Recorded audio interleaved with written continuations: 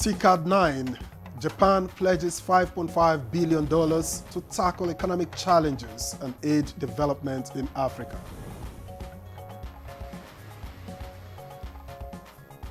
Tackling this crisis requires a clear focus not only on development for Africa.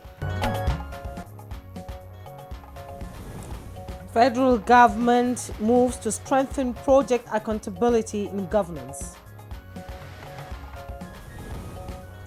Every project, we have currently ongoing about 50 projects. Each of those projects is addressing a particular area. Nigeria's Civil Aviation Authority insists on complete shutdown on phones during flights. Today's engagement is therefore going to address different aspects of the ecosystem.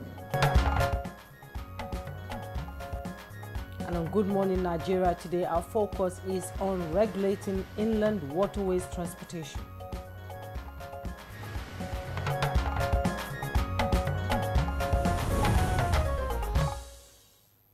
Nigeria's rivers and waterways do not just offer beauty and commerce. They are also about safety, regulation, and sustainability.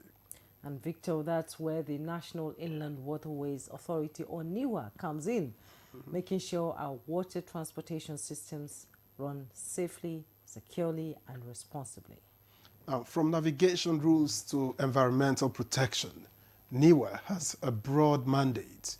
Regulatory services, safety standards, and even licensing requirements are all part of that package. But challenges remain. Think infrastructure deficits, safety worries, and environmental impacts.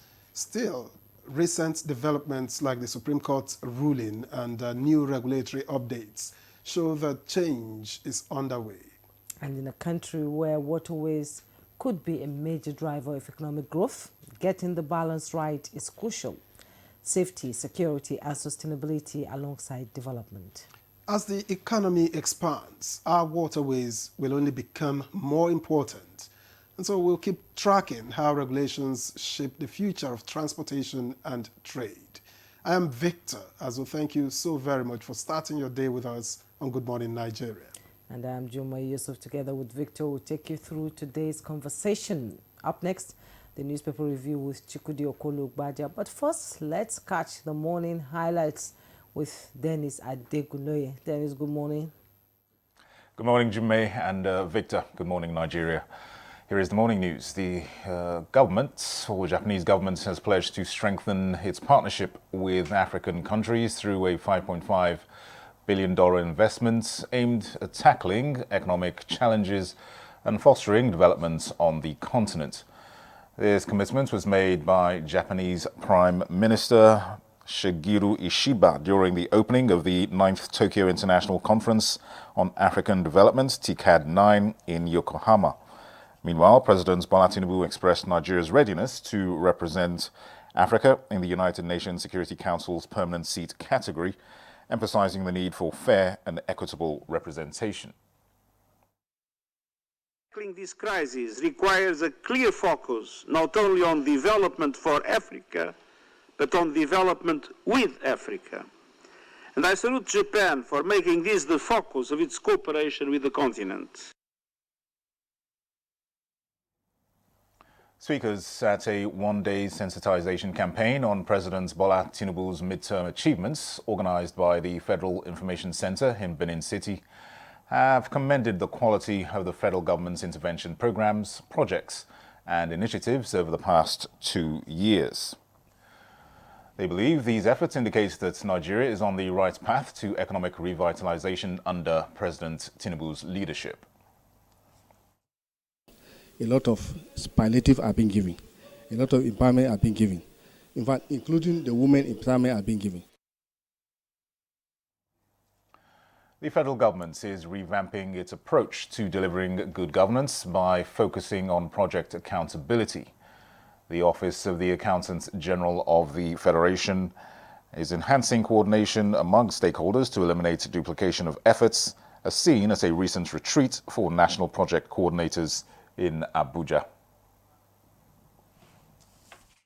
And Nigerians should expect improvement in the various facets that these projects are seeking to address. Every project, we have currently ongoing about 50 projects. Each of those projects is addressing a particular area, from agriculture to education to healthcare, name it. Every aspect, is addressed. And there are specific projects with project objectives. And the federal government has reaffirmed commitments to empowering the National Directorate of Employment, NDE, to create millions of jobs for unskilled and unemployed Nigerians. Minister of Labour and Employment, Mohammed Megari Dingyadi, made this statement during an inspection of the ongoing construction of the new NDE headquarters in Abuja, slated for completion by the end of the year. The contractor is trying very hard to ensure that he meets our target. So I am satisfied with what I have seen, and so far so good. I do hope that the NDE will try to move in as quickly as possible. In a major move to strengthen aviation safety, the Nigerian Civil Aviation Authority, NCAA, has ordered that all mobile phones must be switched off completely during flights on Nigerian airlines. The DG NCAA, Chris Najomo, stated this during an emergency meeting of the National Civil Aviation Security Committee in Abuja. Today's engagement is therefore going to address different aspects of the ecosystem: the regulator, airline security, airspace security, airport security, and of course, the traveling public, who do not only have rights, but have responsibilities. Vice President Kashim Shettima has paid a condolence visit to Kogi State Governor Ahmed Usman Ododo in Okene following the passing of his father, Ahmed Momo Sani Ododo. The Vice President was accompanied by Borno State Governor Baba Gana Zulum. Prior to the visit, Shettima had attended the third-day prayer at the residence of the late Mohammed Modu Manga in Maiduguri, paying his respects to his brother-in-law.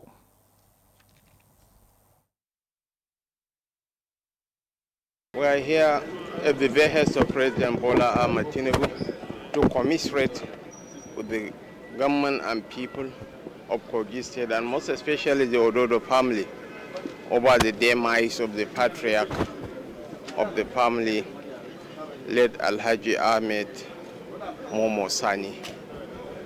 He was a community leader, a philanthropist, and his son is truly a worthy scion and ambassador for the family. May Allah grant his soul eternal rest and reward him with his Al-Jannah Firdaus. And that's the news at this time. Good morning, Nigeria continues after the break with Victor and Jume. Stay with us. Introducing the new Jig Sachet. Whitening your whites has never been more affordable. Now you can keep whites shining brighter and disinfect by killing 99.9% of germs on your floors and other surfaces. Just jig it with Jig Sachet. Have you been aspiring to be a student of the prestigious Ahmadu Bello University Zaria to no avail? Worry no more, as you can gain entry through NTA Television College Jos, an affiliate of the renowned Ahmadu Bello University Zaria, where eligible candidates with a JAMB admissible scores of not less than 180 and 100 scores, and with 5 credits O-level in social sciences, including English and mathematics, can turn their passion in broadcasting to profession by applying for a BSc in mass communication and MBTE approved innovation diploma courses in film and television production, broadcast journalism, and television engineering, respectively. The college, as a training hub with a pedigree of professionalism in the media space, also offers specialized courses in other related fields. For more information, visit our website at www.ntatvc.edu.ng or contact 080-33 834-343 and 080-69-809-897. Announcer Management. Toilets have stains which bleach cannot clean effectively. But Harpic is thicker and sticks better, which gives 10x better cleaning versus bleach and kills germs. Oh, wow. You can now see that Harpic is better than bleach. Confidence is important in life's little moments. Strong teeth can help, even if they get her into trouble sometimes. A great smile is useful to break the ice, and making friends is easier when you know you have fresh breath. I give my family confidence with Pepsodent Triple Protection 123. Its antibacterial action formula gives them cavity protection, white teeth, and fresh breath. The confidence of 3 toothpaste in 1. Pepsodent Triple Protection 123. We're not in a romantic relationship, we're in a dash. Brotherly relationship. Friends with benefits. Yeah, very bad boy. No. Family relationship. Who be your family? Situationship. Are you in a situationship? It is well. Survey says... Hey! Onenge is my girlfriend. You want dodge? Thank God. Say I hacked. An oversized shirt is okay to wear, but an oversized dash isn't. Skirts. Bro. Shop. Pants. Whoa.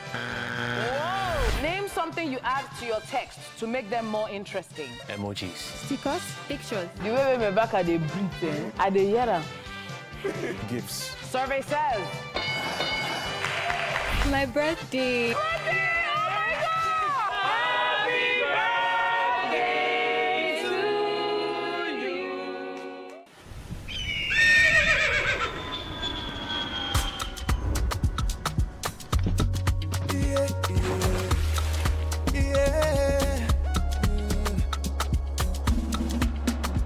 From the Atlantic across the savannah to the Sahara, we rise, a land of the free, we know they tire. We dream great, our spirit is undying. Resilient, rooted like palm tree, we sway in colors, we turn dark into light, we make solutions, we ignite passion, yeah. Diversity is unique, we have more than just a nation. We are Nigeria, strengthening unity, we know they carry lives. We are Nigeria, together live the dream of a land with great destiny. We are Nigeria. I am the real Nigerian. Brought to you by the National Orientation Agency, NOA. All right, let's see what's making rounds on the front pages this morning. It is time for newspaper review.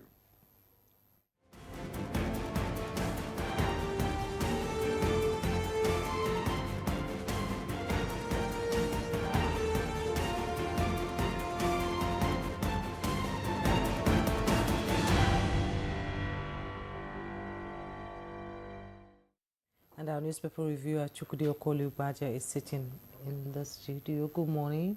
I hope we are seeing the last days of the real Hamatan in Abuja, as you call it. No. Hamatan. Hamatan. Oh, you Hamatan. got that pronunciation. Hamatan. You took it from me that day. I beg you. I like it. Hamatan. The stress is on the second syllable. Yes, Hamatan. Yeah, I hope these are the last days because I really feel cold. It's beautiful weather, please. I'm enjoying it. It's beautiful weather. She likes it when it's cold. Yes. Good morning, Victor. Newspaper review. Yeah, let's go to the People's Daily. I'll begin with it, and we'll have it below the masthead. Dangote Refinery slashes diesel price to 960 naira per litre. That's the People's Daily. You find all the details on page 8. And gunmen kill woman, son, 2 others in Benue community. You find the details on page 8, on page 9. And the headlines in the People's Daily this morning. Reps Committee summons 11 discos over 2.6 trillion debt to FG. Details on page 8. At the bottom plate of the People's Daily, ADC rejects increase in salaries of political office holders. You find the details on page 10. And Wiki assures access to potable water supply across FCT by 2027. Details on page 21. FCC urges equitable distribution of NSIA-funded projects. Find the details on page 3. Governor Alia bows to pressure, upholds House resolutions in suspension of public officials. Details on page 2. Ticket 9, Tinubu hails Nigeria's armed forces as Japanese PM pledges 5.6 billion naira support for Africa. You find the details on page 7, Victor. All right, I have the Vanguard here, and the lead story, screaming really, anger over planned pay rise for political office holders. And several riders, salary hike for politicians, provocative, says ACF spokesman. Suspend increment for now, ADC tells FG. It's wicked, selfish, nothing can. Timing is wrong, says ex-Nasima boss Dele Oye. Proposal insensitive to suffering of Nigerians, that's credited to PDP, NNPP, and Okorie. And finally, it's misplacement of priority. That's according to the CUPP. And that story is on page 5. Just above the nameplate, assault on NYSC member, Soludo sacks vigilante operatives, is on page 7. Katsina massacre, death toll rises to 50. NCC to governors, waive or reduce 145 naira ROW fees. Okay, I hope I got that right. It's on page 46. And that tiny strip above these three, FG raises GDP targets to 5% ahead of IMF projection. And coming down, reps summon 11 discos over 2.6 trillion naira debt owed FG. You can find details on page 8. And 2027, Tinubu's re-election done deal, says Tunjojo, and that story is on page 8. Okay, finally, let me just leave you with this one. Mr. and Mrs. He said, darling, which do you prefer, boxers made from cotton or the ones made from silk? I want people to know you are a man of class. And Mr. asks, how will they know? Okay.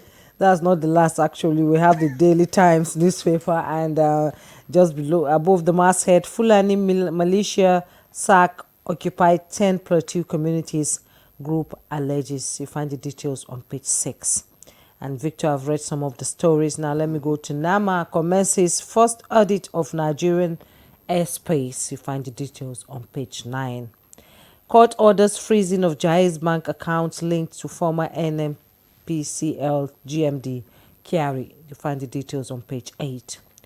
Frequent amendments to PIA create anxiety, scare oil investors. That's coming from Pengerson. Page 2. Nigeria deepens $25 billion gas network as Africa confronts $170 billion infrastructure gap. Details on page 12. Tikal 9, Tinubu in Tokyo for strategic engagements, not trade expo. That's coming from the presidency. And last but not the least, PSC approves promotion of 952 ASPs to DSPs, discovers 176 retirees on list. Details on page 8. Mr. Chukwudi. Thank you, Jumai. First of all, let me start on a very positive note. And I say, as usual, Dangi Baba. That's Dangote. 900 naira for a liter of diesel. That's what it plans now. Yes. Remember, 3 years ago, we were talking about 1,600 naira per liter. Who says economic theories don't work in Nigeria? They do. They do. Of late, we have come to see that economic policies work. It's all about political will. Exactly, political will. Sometimes you're told that you have to suffer before you begin to see the door to heaven, you know.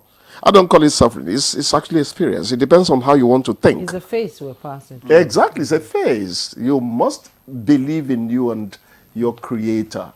And over time, it's going to work out for you.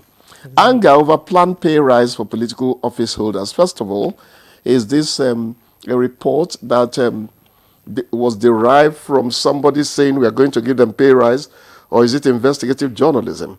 We have to be sure so that we don't go speculating. No, Anyhow, but if you see the spread of response, I don't think it's speculative. And it cuts across the newspapers. It's not speculative. Victor, you have a point. But let me say this quickly. It is not really it will give you 140,000 naira basic that is a problem when it comes to these people. We're talking about this class of people. It's the allowances that go with the basic that bring up what they get at the end of the day. So if, like the lawmakers, they fix their own bonuses and all that, I find it difficult to pronounce this revenue mobilization. RMAFC. That's the easy way out. They are the source, actually. Allocation committee, you know, they really are the ones. If you know what a senator's real salary is, you're going to say, how could that be?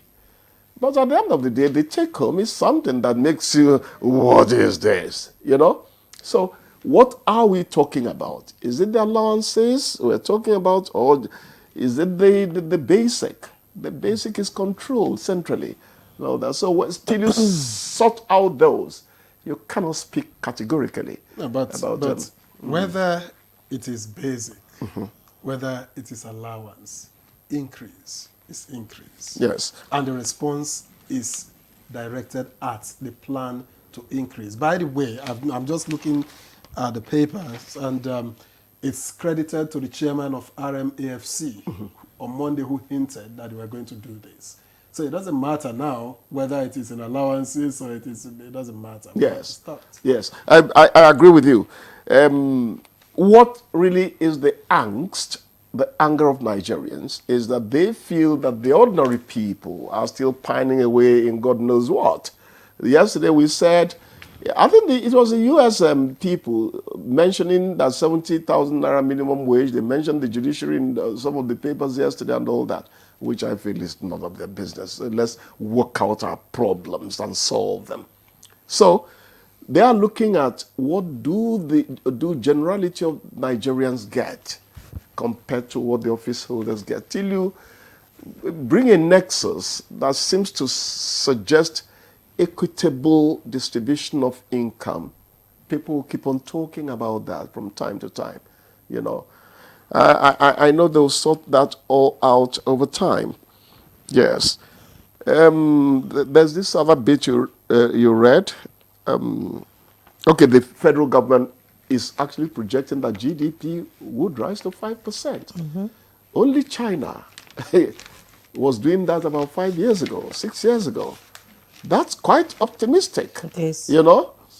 Of course, IMF would eventually say this is where it is, or whatever body, says that. But the fact that we can dream is something I find quite salutary to whatever effort is being made to improve the economy. You know, we would always say here that the economy is improving. It's just that Jumai's pocket is still too lean to meet prices. I just pray that over time. Let's talk about this in the Daily Times newspaper. PSC approves promotion of 952 ASPs to TSPs. Discovers 176 retirees on the list. Black Africa needs to take care of certain attitudes so that we'll become credible. We'll become credible. You know, there are certain things we should not be saying in the present day. When you hear ghost workers in 2025, in this digital age, where your thumbprint, your facial recognition, everything is there, you ask, how sincere is Africa to itself? So you've not read a story that makes me puts me on this surprise mode and mood. You've not. But since I don't know the source of the story, I hate to engage in speculative journalism. Now, Chugudi, we can't go without looking at this one. Assault on core member. Yeah, I saw the video. I saw the video. And NBA is demanding that the culprits be prosecuted. They should be. And the lawyer of the lady says the culprits threatened to rape. There's an extent you talk about nudity on a platform like this. But if the clip I saw actually represented what they did to that woman, look, it goes back again to how we are as a people. Our values have taken a dip. That's not whom we were. A woman's nakedness in my time was treated as sacred. Yes. You know?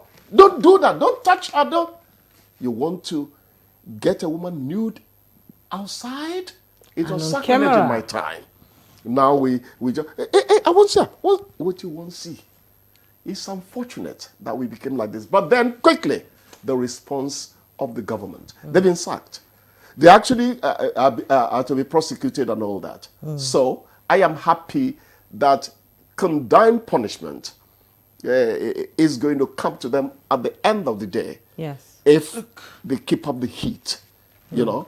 That's reactive. It's a shame. That's reactive. It's a shame. It's fine, but it's still reactive. The idea is, what gave them, you know, how did they come about thinking that they could do that and get away with it? They were pursuing cultists, cult members. So how did that? And that she made a comment that seemed to be in favor of the people. Well, I thought they were vigilantes. Yes, no, they are vigilante. They are state-recognized vigilante. Yes. You know, so Ludo has decided, since some people are trying to be whatever they like, I too. I should have my outfit to augment what police are doing. And I think it's paying off. But then bad like this would always... No. Well, this is just... We've had outfits like that, civilian JTF and all that in Medugui. It never happened like that. Exactly. The values of the people again.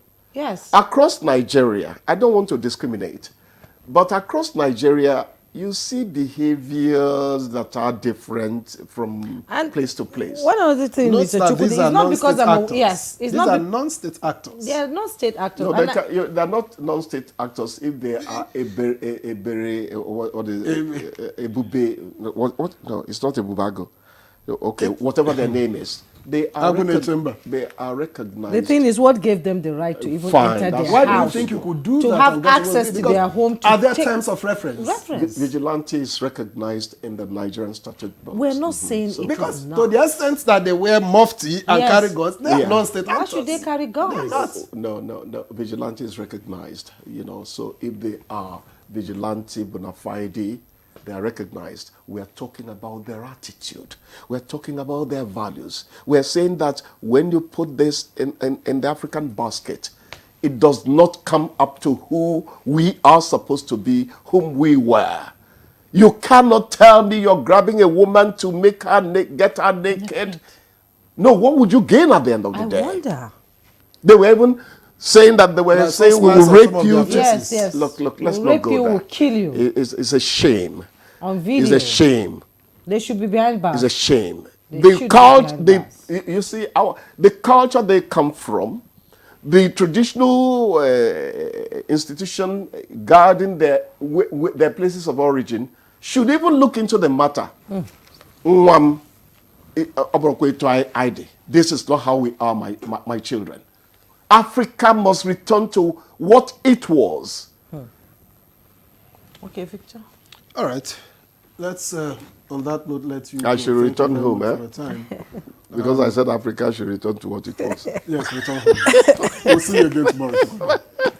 Good morning, Nigeria. We'll begin the conversation for today, which is on Waterways, just after this break. Please don't go away. Introducing the new Jig Sachet. Whitening your whites has never been more affordable. Now you can keep whites shining brighter and disinfect by killing 99.9% of germs on your floors and other surfaces. Just jig it with Jig Sachet. Are you ready? Join us on Reshaping Democracy, a groundbreaking program on the network service of the NTA, where citizens get the chance to ask ministers, heads of ministerial departments, agencies, and other top government officials questions on their performance and delivery of mandates. With no sector of limits, conversations build around bridging communication gaps for feedback and effect as our guests engage with the people they serve. How does ND foster partnerships with organizations, government agencies, NGOs, among others? As our leaders give account to citizens' inquiries on good governance, tune in to Reshaping Democracy, a creative concept coming up every Tuesday evening at 10:05 p.m. This is Reshaping Democracy.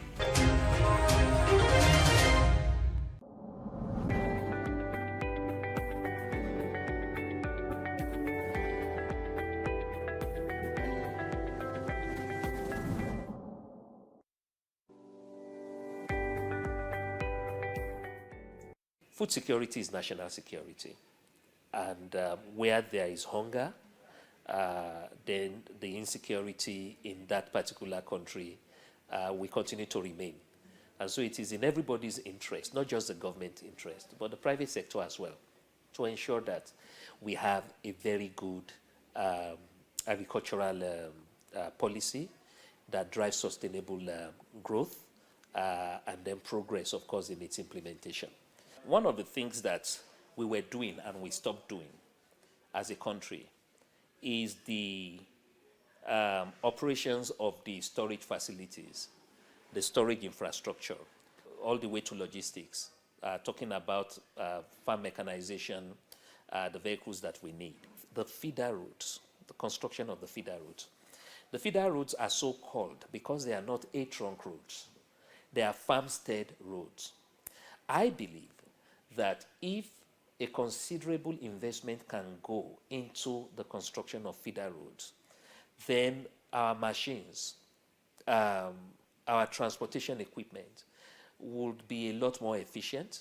There will be a lot of uptime, less downtime, and we will be able to, on good time, transport our produce from farm gate to either factory gate or market gate. Let us look at how we can make a dual use of our farm mechanization equipment so that when a tractor in the planting season takes a plow, a harrow, and it's able to prepare land, during the harvest and post-harvest season, you should be able to attach a bucket to that tractor to be able to take it to the nearest center where it can then be taken on.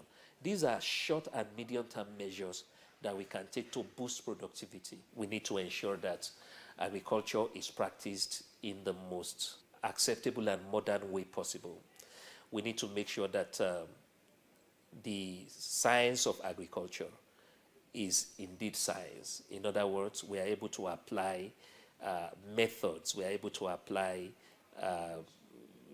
resources into grain agriculture, so that when we are fully migrated away from hoes and cutlasses and all of these menial tasks, which, by the way, have formed some impression in the mind of these young people, they will then be able to see how enjoyable and how profitable agriculture can be. We've seen a lot of digitization of the sector. There is digitization of agriculture today. We have precision agriculture. We also have climate smart agriculture. All of these, of course, hydroponics, greenhouse agriculture, and all of these are actually a better way, a more excellent way of producing food in an organic manner, but a lot more smartly.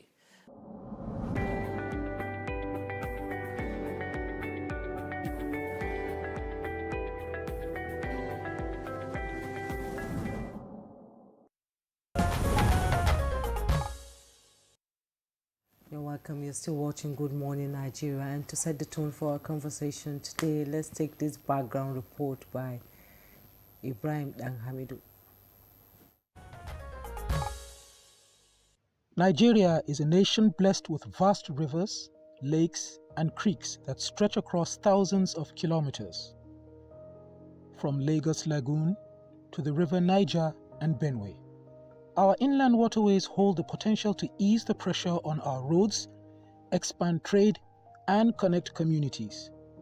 But with this potential comes challenges: safety, regulation, and enforcement.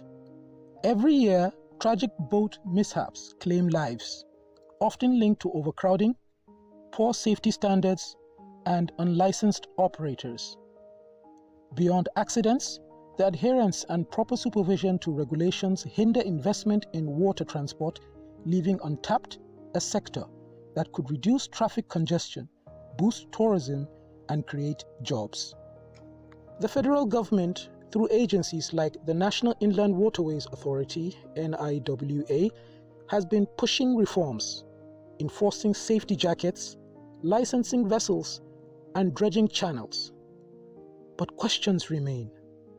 How do we strengthen regulation without stifling business? How do we enforce standards across remote riverine communities? And how do we get Nigerians to trust water transport as a reliable alternative? Globally, inland waterways have been turned into engines of growth. From the Danube River in Europe to the Mekong in Asia, Nigeria too can achieve this if policy, enforcement, and community awareness all align. Up next, our guests who live and breathe inland waterways will help us see how Nigeria can keep every journey safe, every operator responsible, and turn our rivers into true highways of national progress. All right, many thanks, Ibrahim Habidu, for that background report. Let's now begin this conversation and introduce our guests who will be discussing regulating inland waterways transportation. Let me introduce first Professor Umar Adam Katsayal, MNI, Vice Chancellor, Federal University of Transportation, Daura, Katsina State. It's a pleasure to welcome you to Good Morning Nigeria. Thank you very much. It's my pleasure to be in this very important program. Thank you very much. All right. Also here in the studio is Manu Chuboju, who is a lawyer and transportation consultant. We thank you for coming. Thank you very much. Good morning, viewers. It's a pleasure to see you again. And joining us from Lokoja is Surveyor Olawale Adechola, General Manager, Business Development, National Inland Waterways Authority, NIWA. Thank you so much for joining us.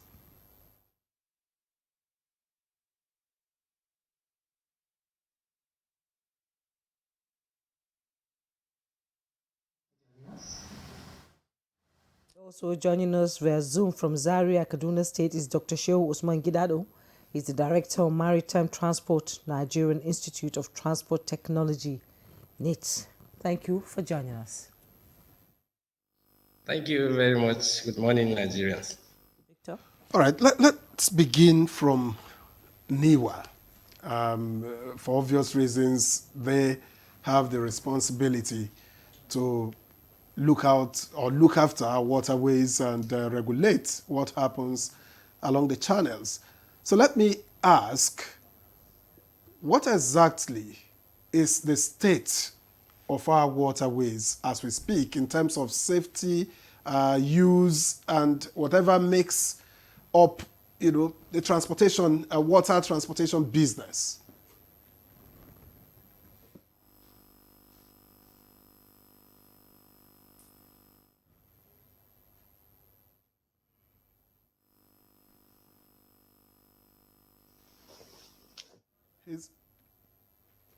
Can you hear me? All right, I was asking what the state of our waterways is as we speak in terms of safety.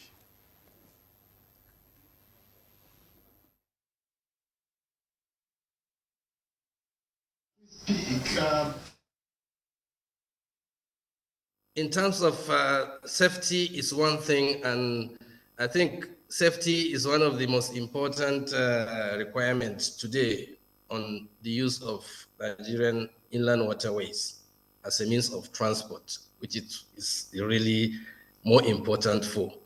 But most of all, to achieve that, really there has been a long-term neglect where we must start emphasizing this on the development and use of Nigerian waterways as a means of transport.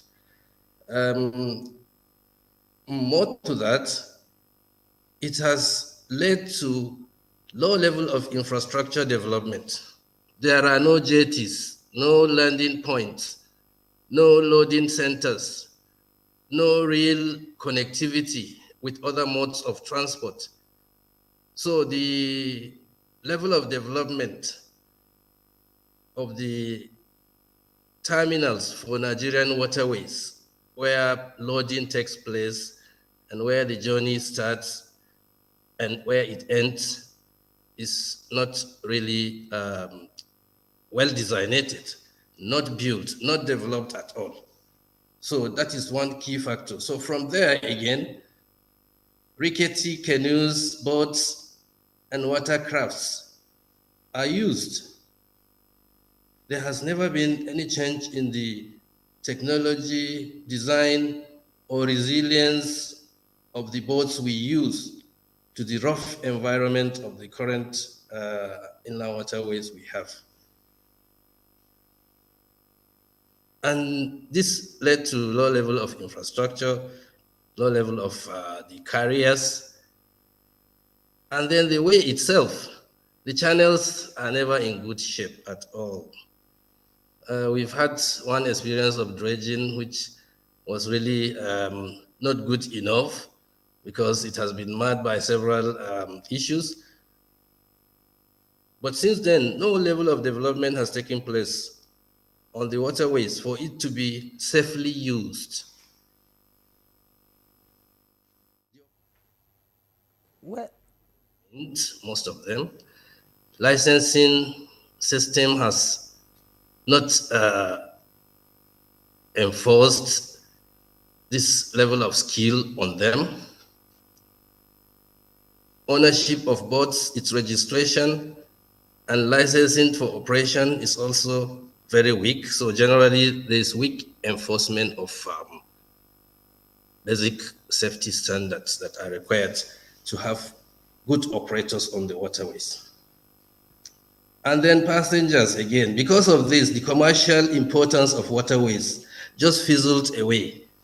Unless in areas where it is mandatory, you don't have any option. That's one. Then again, on exigencies, trying to cross from one bank to the other, trying to move from one market to another, or trying to use it as a cheaper mode of transport for attending ceremonies. So these are the common uses which the Nigerian waterways should have been developed beyond this. Passenger travels, goods transportation should have been what is going on our waterways. But because those terminals were such, you see, in transport, the most important thing is the terminal. Where do you start the journey? And if there is no jetty, no ramps, no landing ports, no designated areas for connectivity with other modes of transport, waterways transport cannot take place. And it's not taking place currently in Nigeria.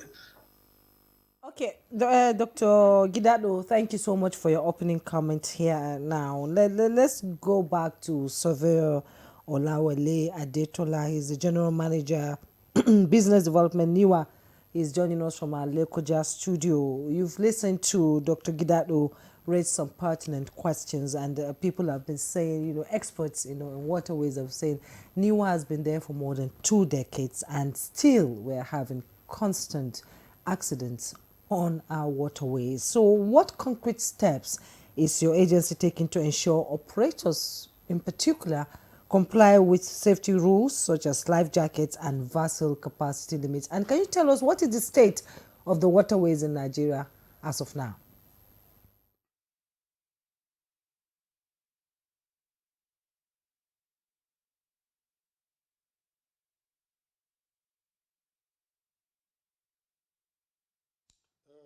Thank you. As of today, the state of the waterways is as described by Dr. Gidado. A lot of things that needs to be done. Due to paucity of funds, it has not been done. But we are improving on what it used to be. Like he said, for NIWA, the most important thing is to make the waterway navigable and to make it safe as an alternative modes of transportation. Presently, since last year when the Inland Waterways Transportation Code has been inaugurated, we've been doing a lot of sensitizations but we've been trying to play down on the enforcement. But as of recent, we are now moving more seriously on the enforcement of what needs to be done by operators on the waterway. And we have engaged community people as river marshal to make sure that some of what we are supposed to enforce, they do it. That is, ensure that for whoever is on the vessel, water vessel, you must put on your life jacket. Not just putting it on, it must be properly done. You don't overload the boat, and you don't move at night. These are some of the things we are doing. And like you have just said, the essence of it is to make it a veritable means of transporting people and cargoes.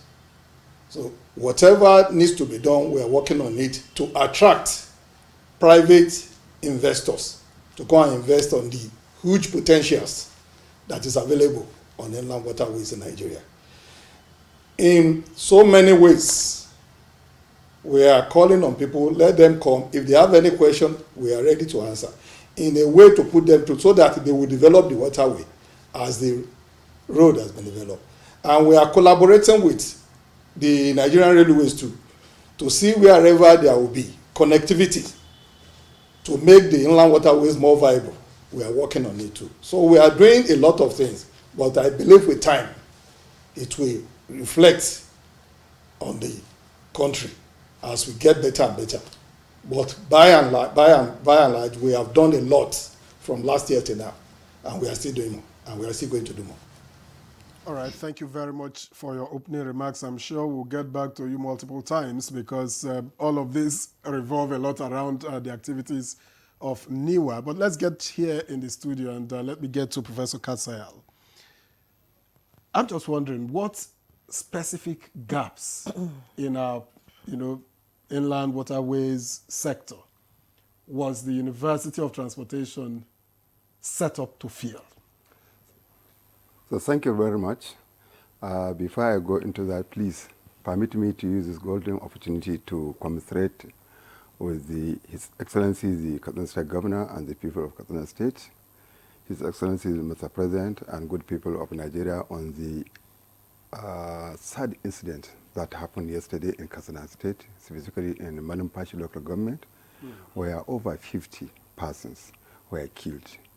May their soul rest in perfect peace. As an academic, let me bring to the fore to the people that last year alone, over 400 people were lost, together with other properties, as a result of this thing we are talking about, mishap. And the data showed that in the last decade, over 3,000 people were lost as a result of this. It means that this is a serious thing that calls for serious attention.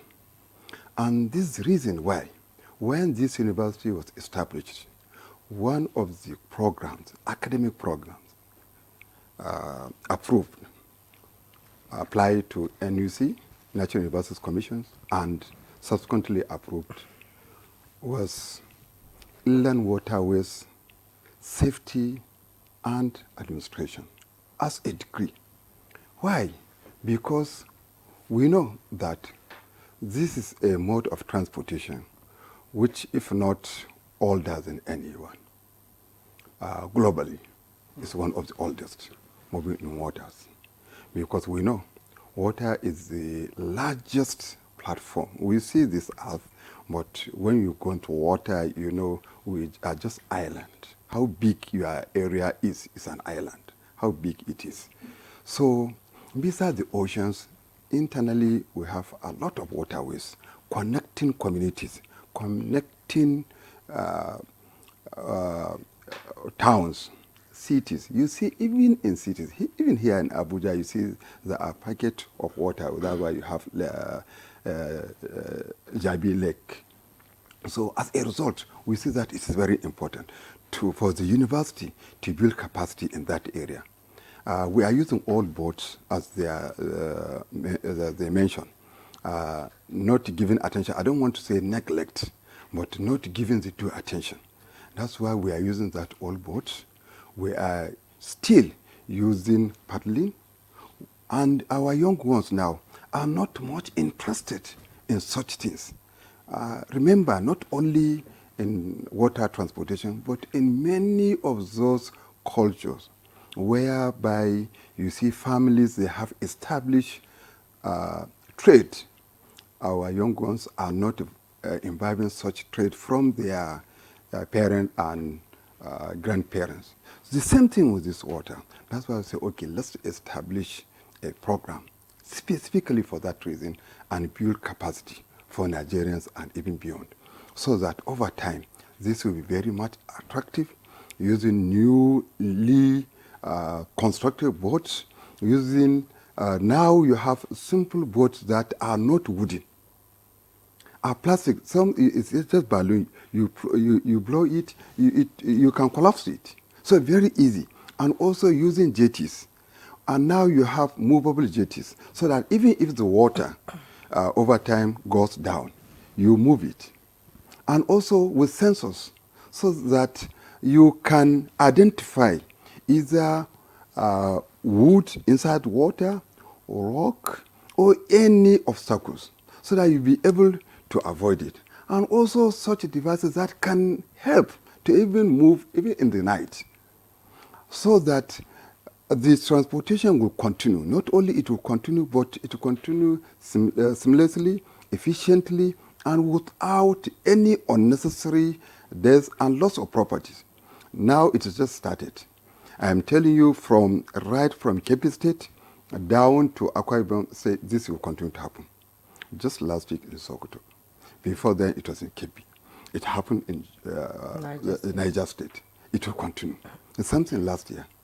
And this will continue to happen unless we put a lot of these measures. And that's why the university is giving this serious attention by building capacity. Because even if you provide the infrastructure, once there's no human capacity that can utilize the infrastructure, we are going nowhere.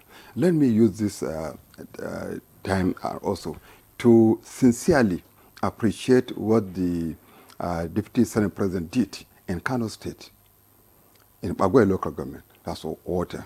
He has recently provided 2 boats, more than once, which people are now using from one community to another. That's why last year you didn't hear, but also that place was annual occurring, but it didn't happen last year as a result of that intervention. We encourage him to also provide jetties, but at the 2 sides. And this time around, let it be a kind of movable jetty, so that if the water goes down, you can move it and utilize, and also provide other infrastructure at both sides so that it will continue. And call on other people. They rightly mentioned, from local as the business mentioned, that this is an area whereby not only the government, but also individual and corporate can come in. You can have a commercial boat that you can continue to make money. And the regulators, they should not downplay their constitutional duty of the regulation. They must intensify effort in that area. Because people, many at times, they rely God day. This is wrong thing. You cross your life on danger.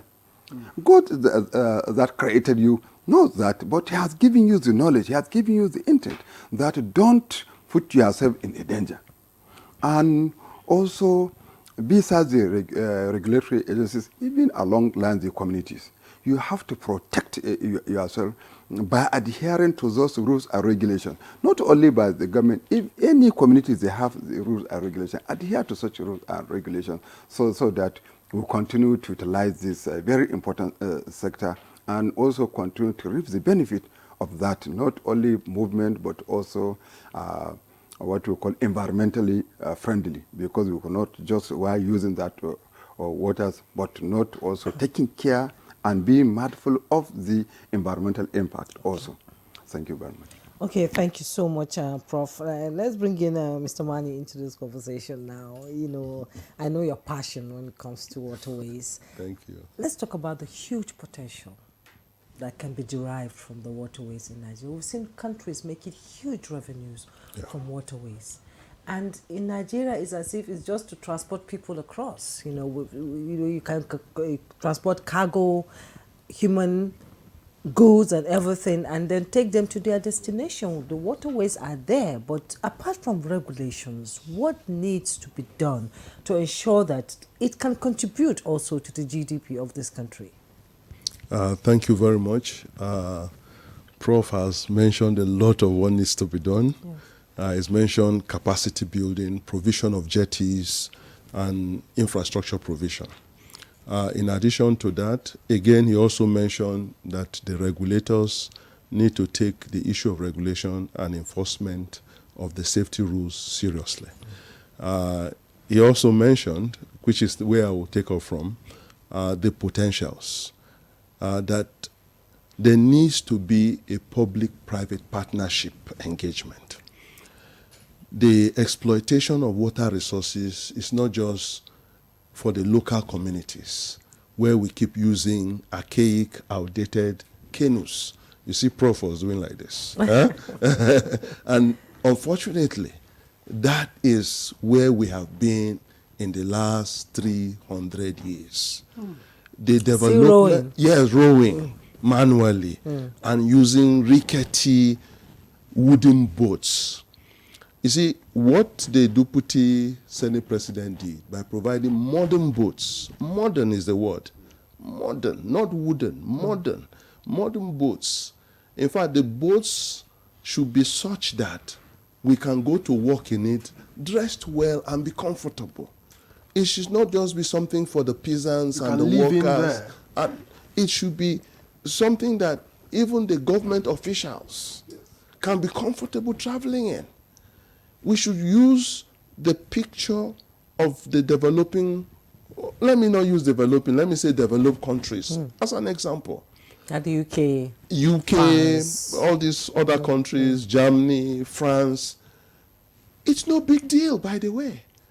The standard of boats and ferries there can be replicated here easily. With political will.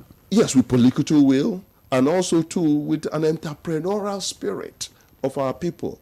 Let the business associates and others not be waiting for government to start and then get it privatized to them. That attitude is not right. Let businessmen, young men and women, entrepreneurs get in there. And quite frankly, still on the potentials. Waterways is one of the most neglected potentials of Nigeria. The water system, the transportation system stands on 4 tripods: aviation, railway, road, and water. 80% of our transportation for now is on road, and that is totally lopsided and inefficient. And what that means is we are putting so much burden on the roads. And it also means that the water economy is completely neglected, because we're not treating it as a business. We're not treating it as a viable opportunity to employ people. We're not treating it as something that can bring money to the country. Now, besides just moving people, you rightly mentioned, we can move cargo. We can move cargo. We can move cargo from Port Harcourt all the way to Baru, all the way down the river, Katsina, Sokoto, Makurdi, Kano, all the way on our rivers. We have a network of 10,000 kilometers, 3,000 of which are navigable all year round. It's just like having a mode of transportation that you don't use. The trailers we have on our roads can move their goods through water. We can use barges. Prof was describing different boats. There are also barges too, adding to what Prof said. You can use barges. Barges can move. Some are self-propelled. Some can be pulled, also like trailers.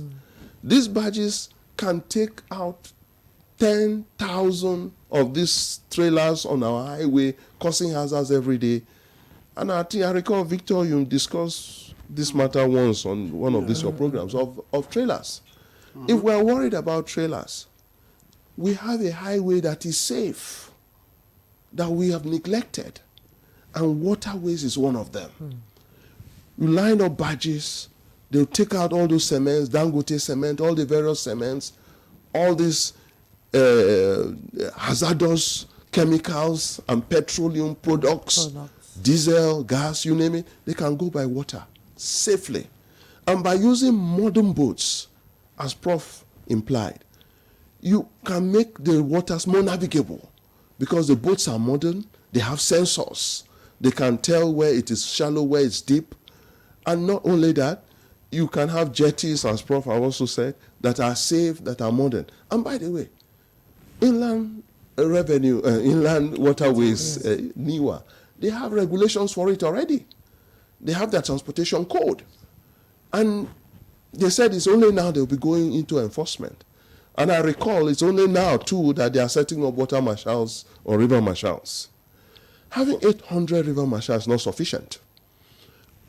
I mean, for 10,000 kilometers of waterways, even for the 3,000 that is more navigable all year round, it's still not sufficient. You're talking maybe 2, 3, 4 marshals per 1,000 kilometers. And that is not sufficient. That's not enough. So for you to be efficient, increase the number of those marshals, train them, go and attend some courses in Daura, and improve the capacity of those marshals, even if it is, let me say, not a degree awarding or certificate awarding, just attendance. They can go to Daura for 2 weeks for intensive training, improve the capacity of those marshals. Certificate courses. Certificate courses. They'll be very proud that they attended the university to enhance their capacity as marshals to enforce transportation, water transportation. I recall as a young man, when we started the Federal Road Safety Commission, back then, and I remember we would drive our motorbikes and vehicles from Bauchi, sometimes from Jos, all the way to Maiduguri. And the problem we had then were insufficient marshals on the way. Insufficient. And we made a lot of representation asking for more marshals. And it is going to be the same thing in this instance. If you don't have enough marshals, you don't have enough boats, and you don't do enough community outreach and enough sensitization. Sensitization must go to the grassroots, because it's not just about boat hazards alone. It's also about economy. It's about employment. It's about making the environment safe for business. And this is a business that is totally neglected. All right. Thank you very much, Manu Chuboju. Let me get back to Surveyor Adetola. I would like to ask, now you are talking about implementation. Of course, everybody says we have always had, we have rules, we have laws, we have regulations. The problem has always been with implementation.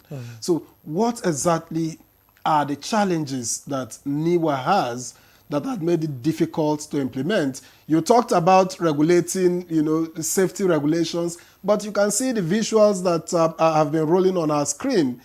That doesn't portray safety. So what exactly are the challenges of NIWA?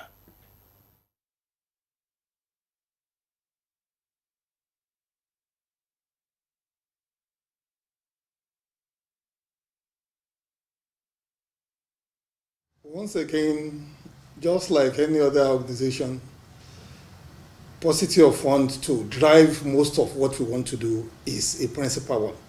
But that one, the way things are now, we are moving towards what the last speaker just said, private-public partnership. In whatever area we can collaborate, either with another agency or with the general public, we are looking into that to make sure that our enforcement of the regulation is sacrosanct. By and large, the things we have done,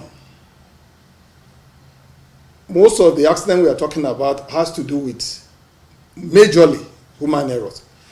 And just like the last speaker said, we are looking into bringing them for short-term courses to improve their knowledge on what to do on the waterway, so that it will be a very safe and reliable mode of transportation.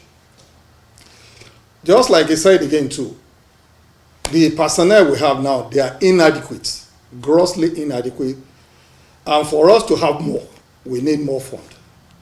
But if government cannot provide, we are looking into people who are ready to collaborate with us to make sure that the enforcement of this regulation is done properly. And just like he said also, there is a lot to be made from the waterway. Water ascent and aquatic width that is constituting a navigable hazard. There are people who are ready to use it to make money by converting the water ascent and the aquatic width to mats and some other useful things for the society. So there are so many areas we can collaborate. Some people are ready to construct more jetties for us. They will use for some time and it will revert back to the government. So these are all the areas we are looking at. And more and large, I think we should be talking about collaboration among agencies. Like we just came back from a trip to the Barrow River Port.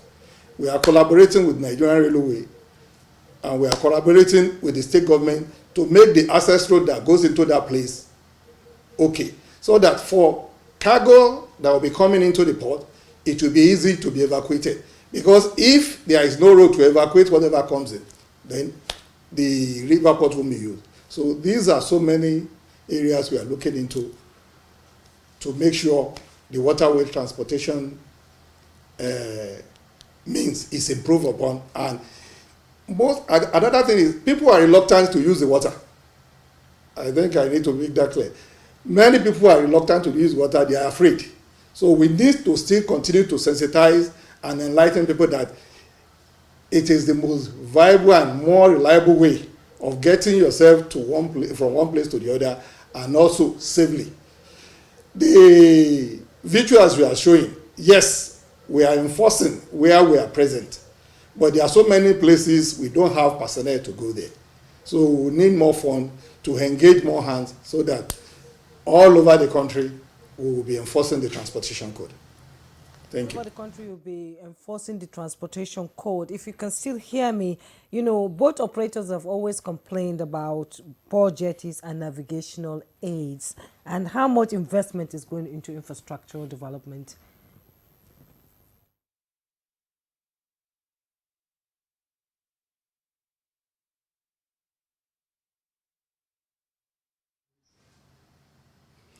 Thank you. A lot is going into that. Concerning the passengers, we are enforcing the use of life jackets. Not just using it, you use it properly. And during one of the visuals you were showing, there is this thing we call buoys that we put on the water. This is to guide boat operators on the channels to follow so that they won't run aground or they will go and meet some other obstacle on the channel. On the channels to follow.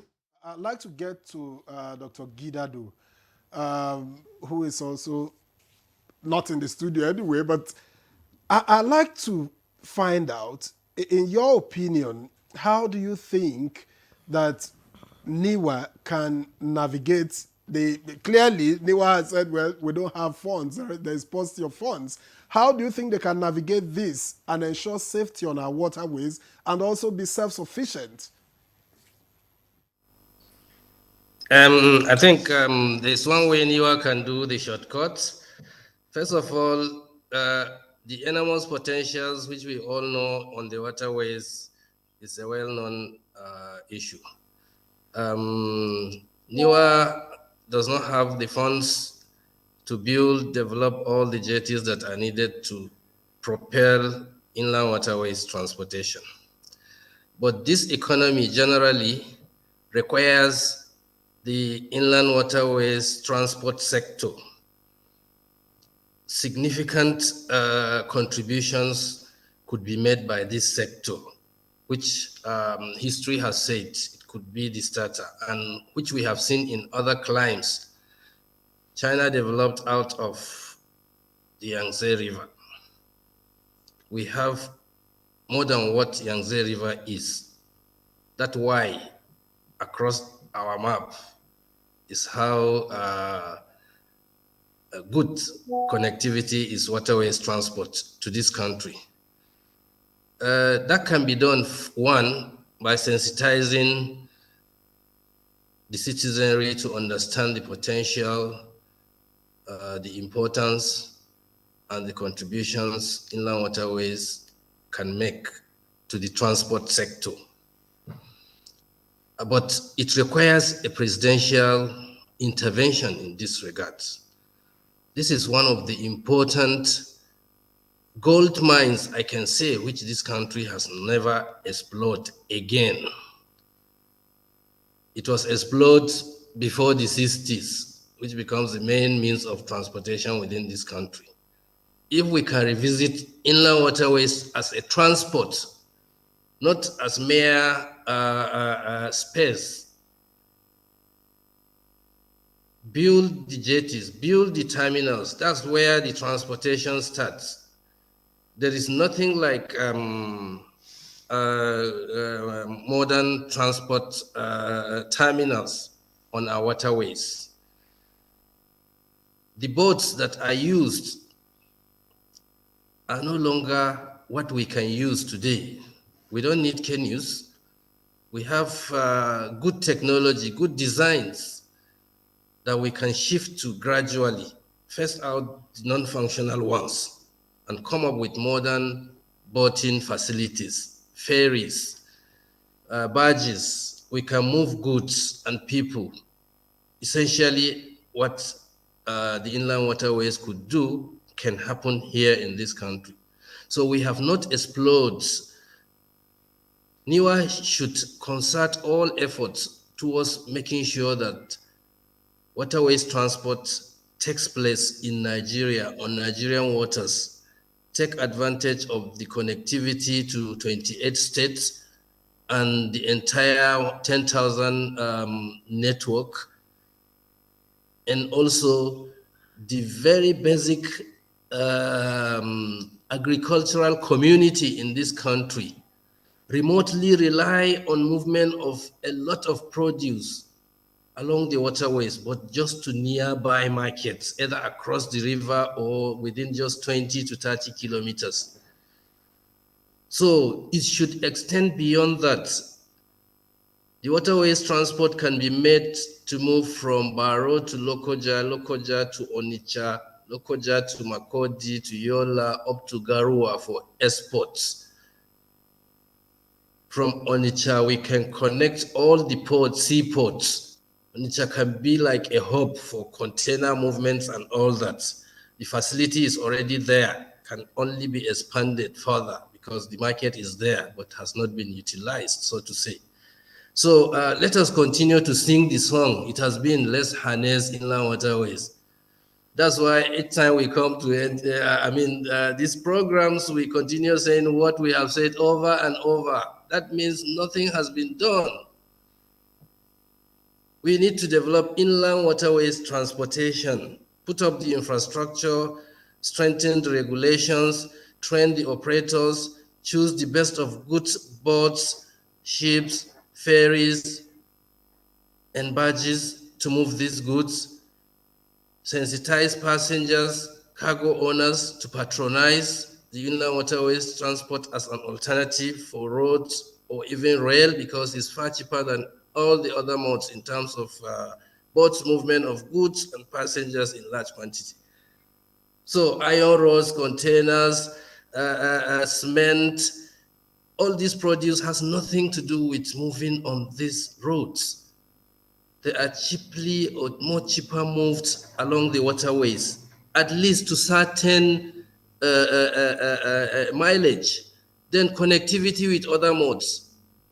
For example, we have a rule that tanker vehicles carrying petroleum products should not move on the road for over 250 kilometers.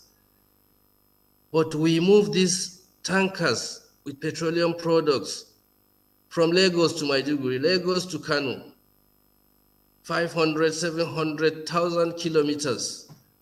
It's not proper. We can You see, by extension, non-utilization of these waterways has exacerbated the level of tanker explosion on our roads.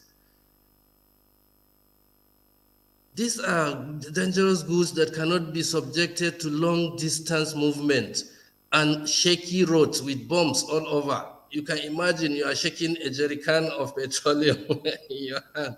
What do you think after some time we resort to? So that's how these tankers move along the roads. We have iron roads. We have cement that originates from waterways zone, which can equally move for some distance just to save the roads.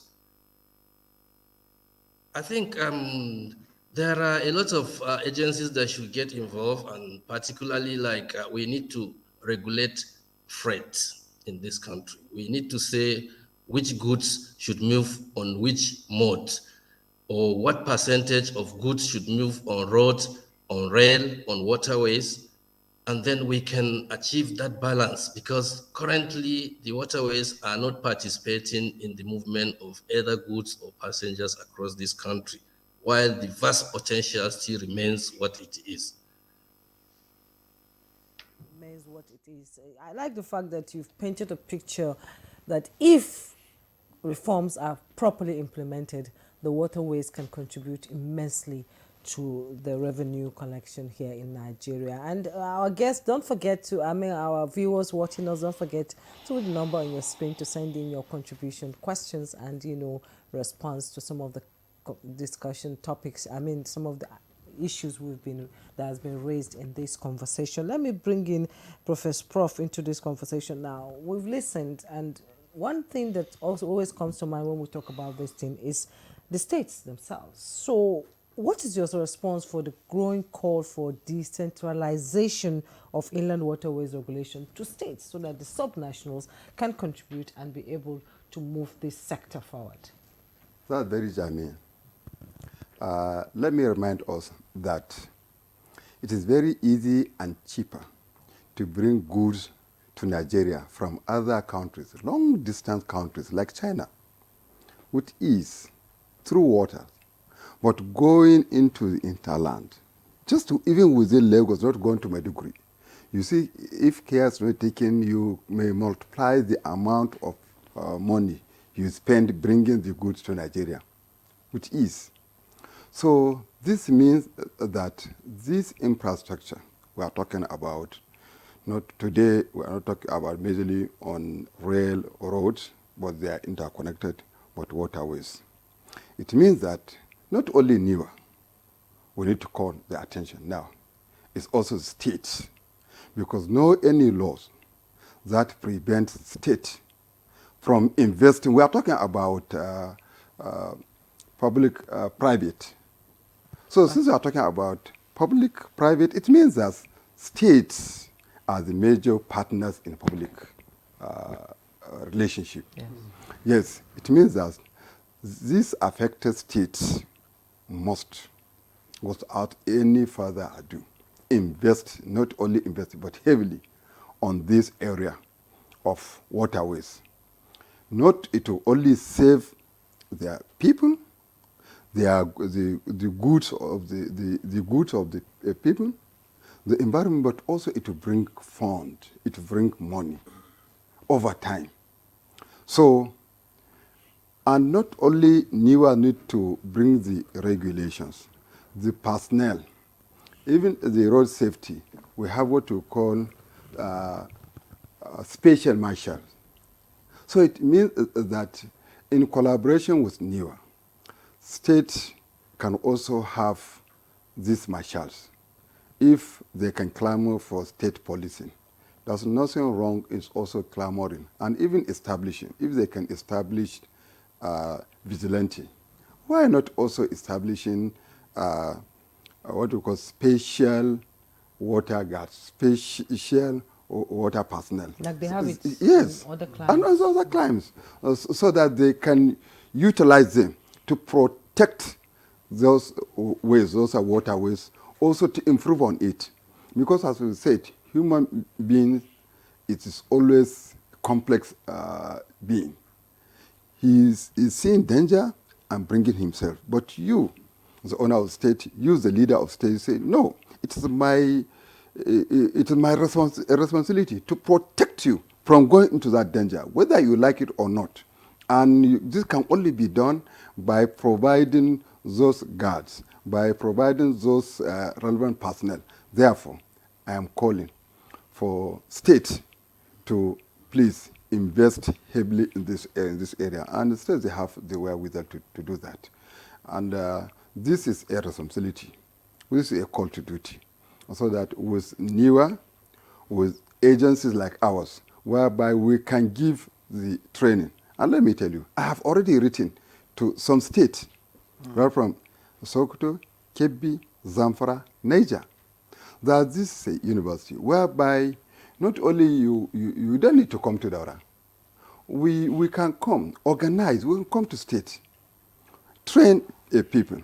So those people you can select from those affected or affected communities. We train them.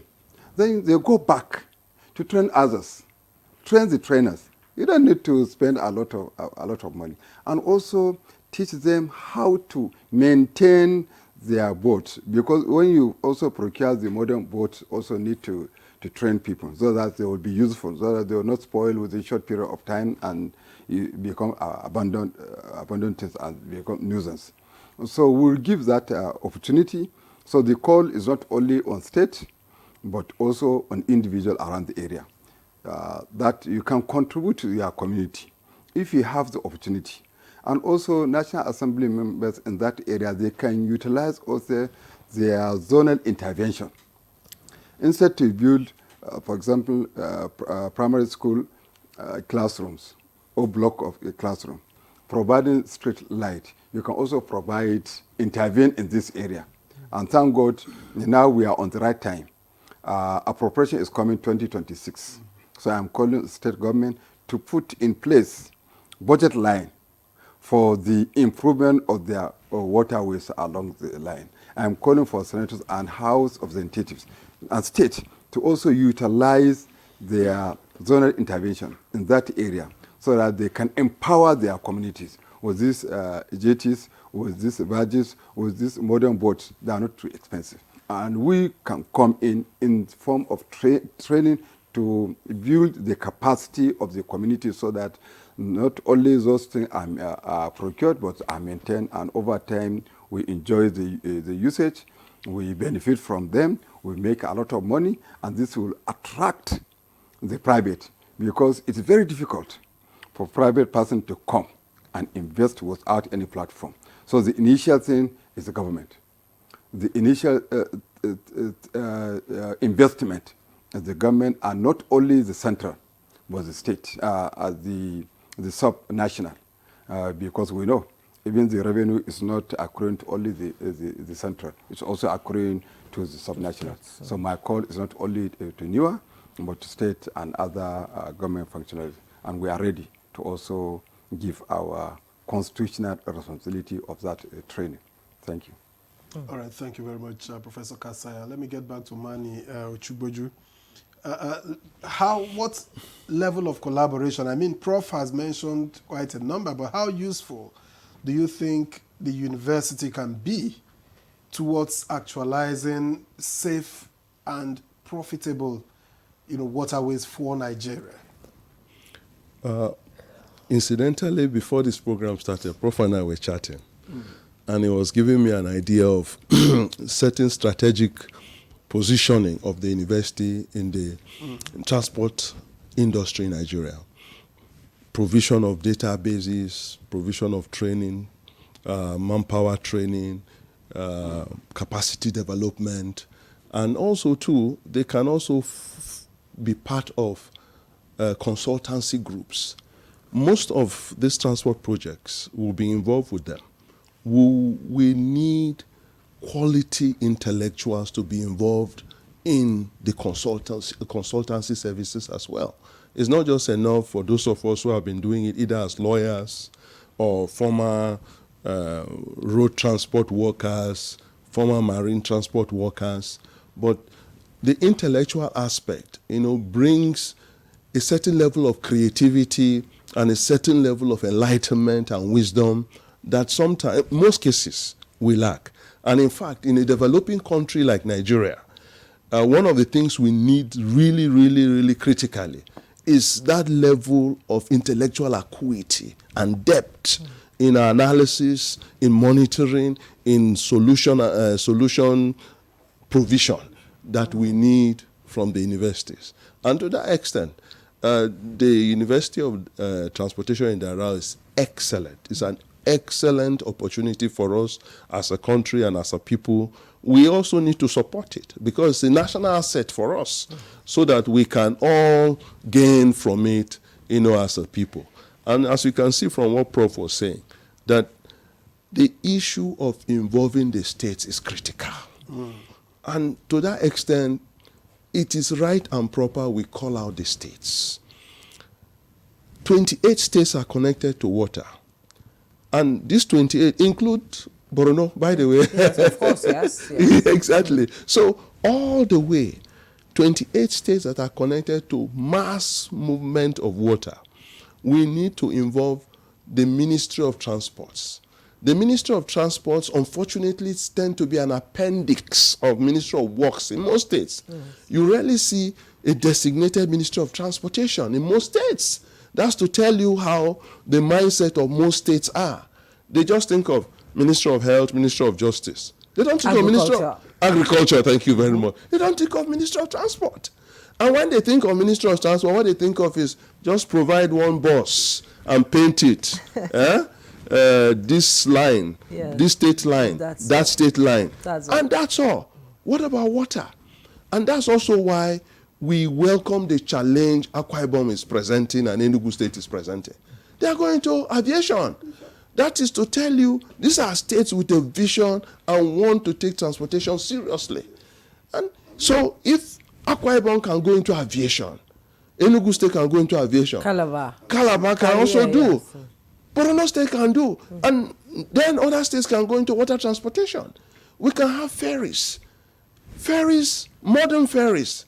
And they must look for a way to discard canoes, by the way. Just as we don't like Okadas, as we call them. That is what canoes are. They are Okadas. They are hazardous. We must get rid of them. And there's no monitoring of the canoes. How many passengers they take. Exactly. In fact, by the time we start pushing this idea of modernization of the water transport, by the time we start bringing modern ferries, modern barges, modern boats, modern ones that you can sit down, read your book, drink your coffee, and be comfortable. Those modern types, nobody wants to use the canoe. Nobody. Canoe, open canoe, somebody is pushing it with his pedals and it's dangerous. So let's just agree as a policy position that this is hazardous and it should be banned. But we can't just ban it outright, provide alternatives. And how do we provide alternatives? By calling the state governments and inviting the Nigerian entrepreneurs. Bring in your business ideas. Let's invest in this neglected area of our industry. And that will bring about a turnaround in what we are seeing today. A turnaround in what we're seeing today, exactly. It's quite interesting because some people like me, I love water. I like traveling with water, but unfortunately, it can't be done here in this country. Let's bring in Mr. Adetola. Mr. Adetola. I think we should go on break before we take. Okay, we're taking a break. Yes, and to our viewers, please don't forget to send in your contributions, your questions, and in response to the conversation taking place. We'll take a break now. When we return, our conversation will continue. Don't go away. The counsel of our fathers. My advice to these young people is please do not take us back to those harrowing days. You probably do not know what it is. Nigerian youths, let's build our nation together.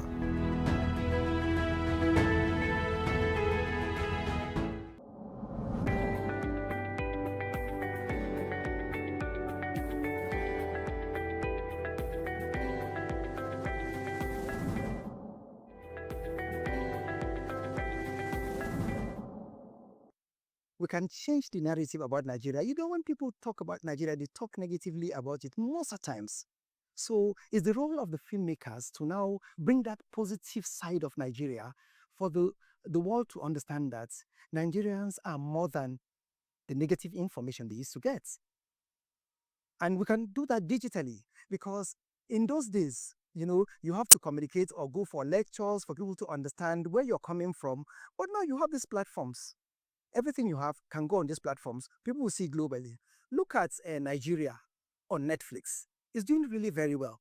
When Nigerian films premiere on Netflix, you find out that they're in the top 5 or top 10 in most of the European countries, Asian countries, and all other parts of the world. So this is one of the ways through which we can be able to export that, you know, or do that cultural exchange. How much of being a Nigeria cultural ambassador are you? And we're all guilty of this. Most of us Nigerian filmmakers are guilty. So here we see a good number of us telling stories that are still Western culture dominated. From the naming of your characters, from the writing of your story, the characters are named English names. What happens to Yoruba names? What happens to Hausa names? What happens to Igbo names? What happens to Tiv names? What happens to our cultural epic names? Oh, they say, but they will not be able to pronounce it. Oh, leave that to them. Do we pronounce their own names? We have to be intentional about how we represent our culture, knowing now that the world is a global space and you don't need people's permission. Everything you do, directly or indirectly, intentionally or unintentionally, you're putting the Nigerian story out there. I think we should begin to make conscious attempts at creating our own streaming platforms.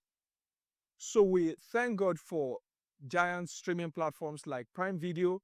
We thank God for giant streaming platforms like Netflix and the rest of them. But what happens if today or if tomorrow we come up with our own Nigerian Netflix?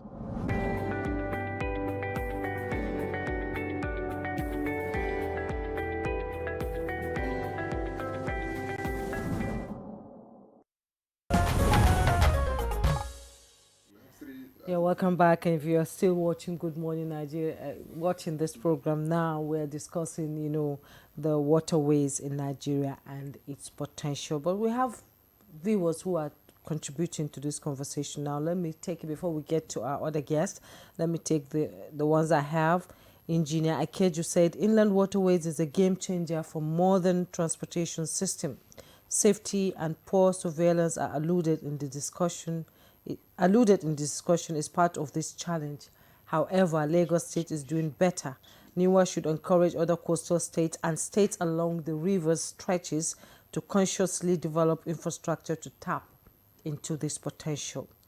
And Akeju Olagbaju said, are financial institutions such as banks doing well to finance the development of private jetties?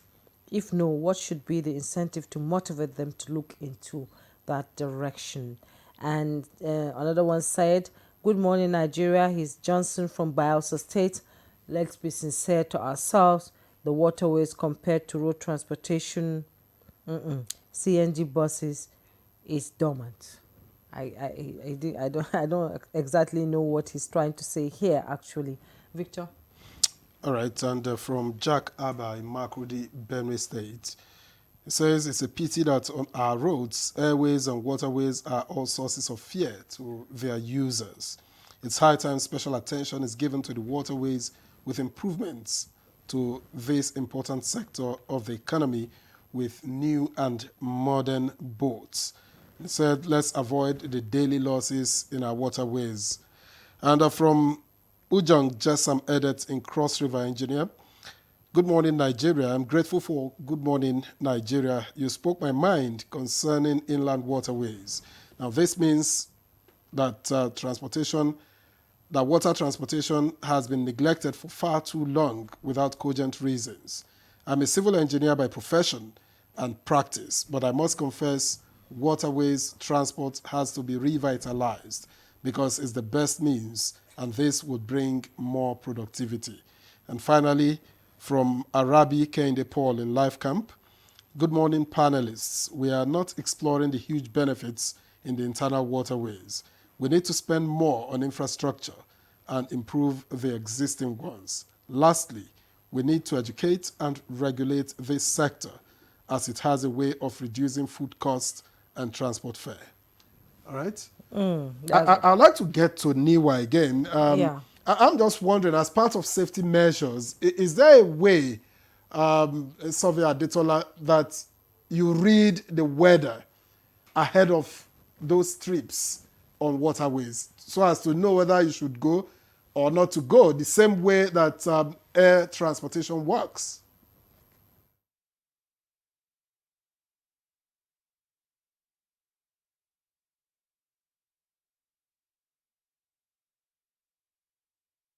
Thank you. We collaborate with NIMET. We don't read the weather, they do, but we collaborate with them. So it's not just the weather, even for flood. We rely on them for prediction on when flood might occur.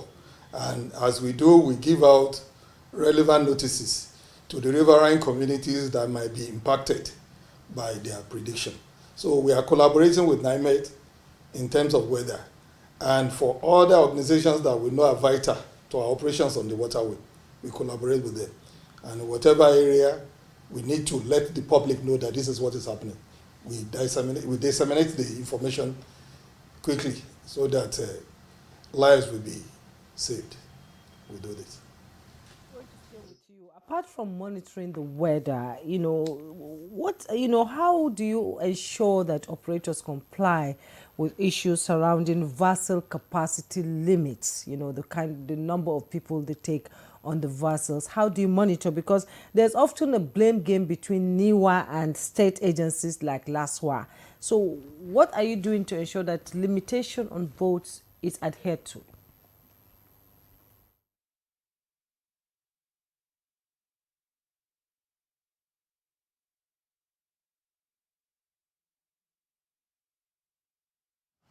We are doing some other CSR, that is corporate social responsibility, by training boat operators on modern and better ways of moving their vessel on water.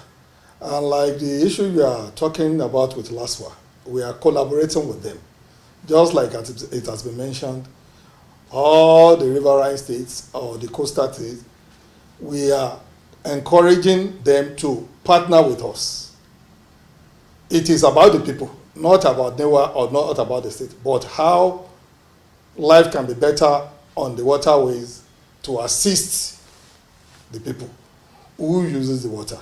And by doing that, we are making it more enticing for other people to come on board. Because generally, many people are scared of moving on water.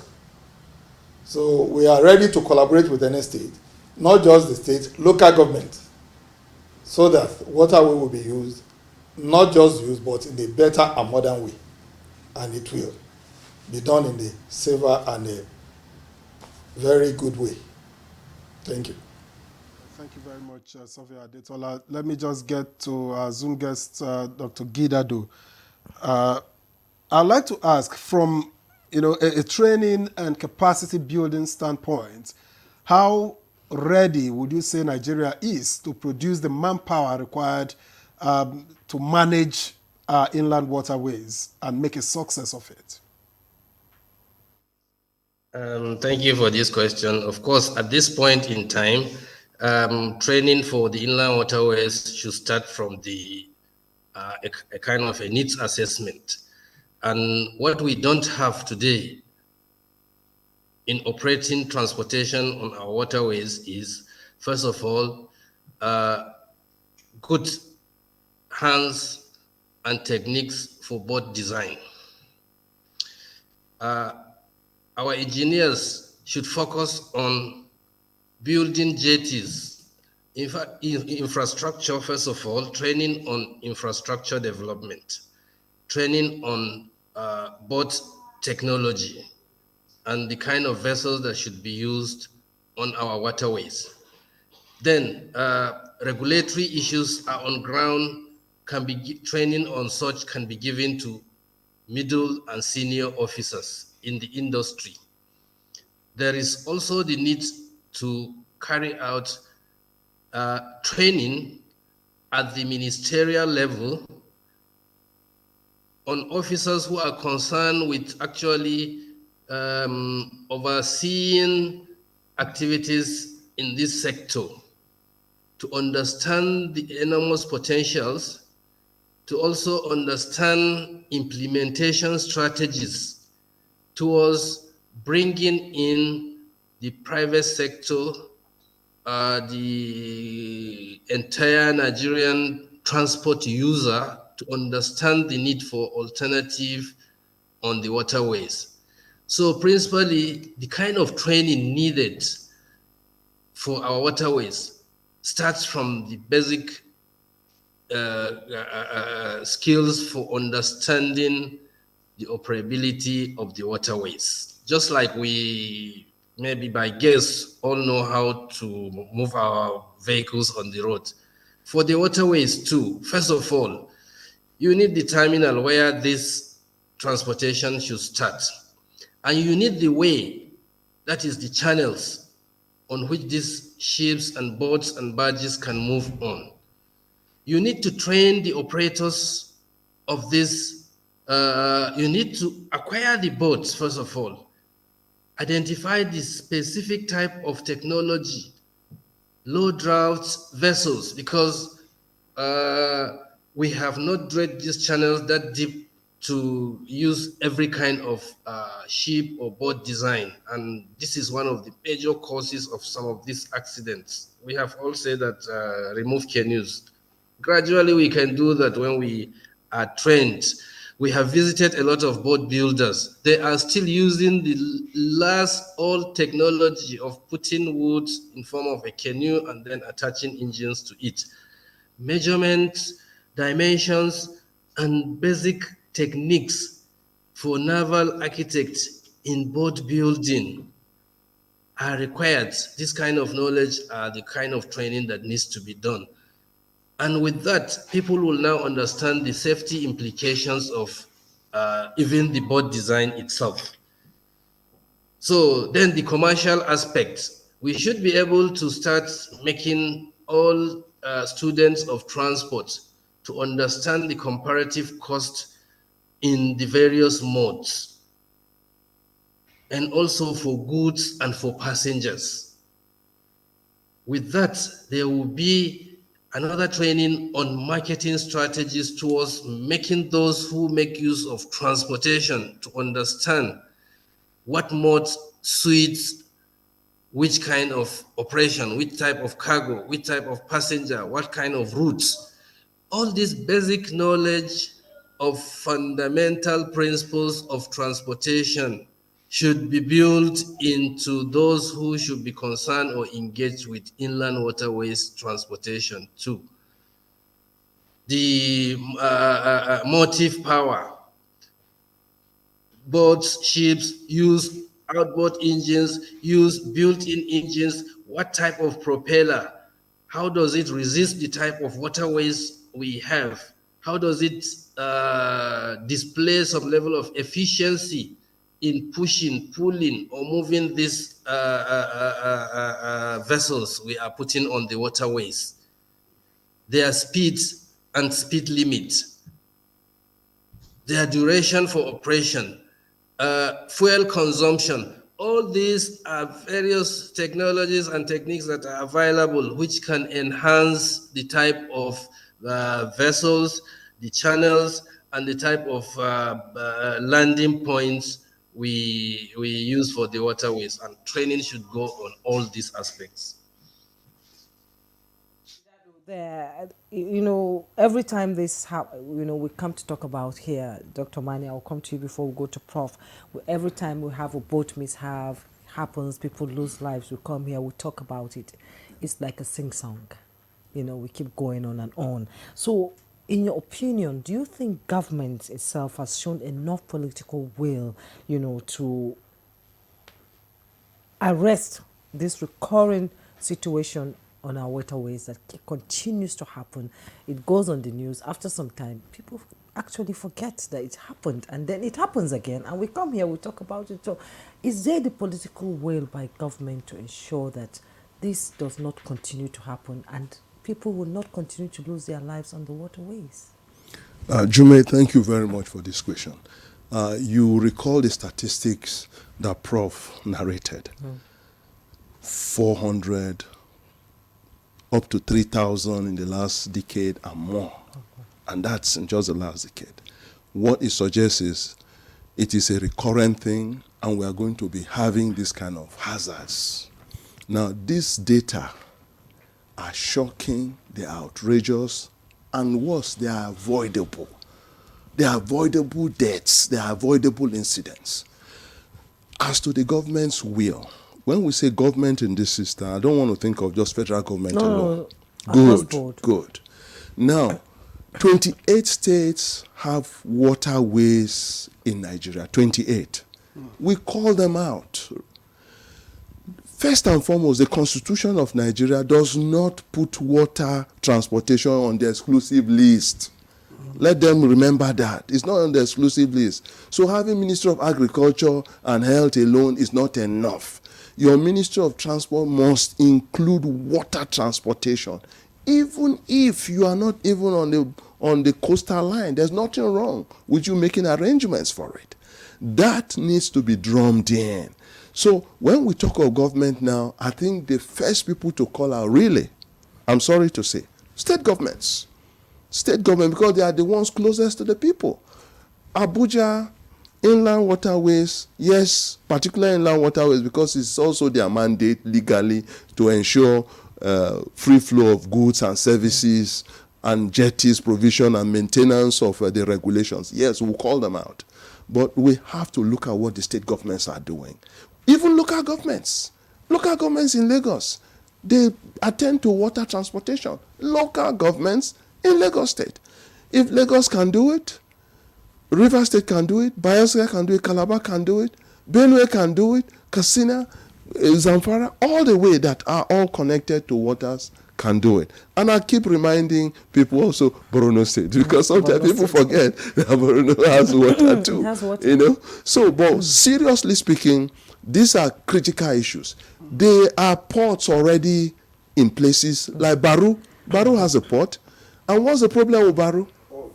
Old, neglected, no access road. But it's a functional river port, completely neglected.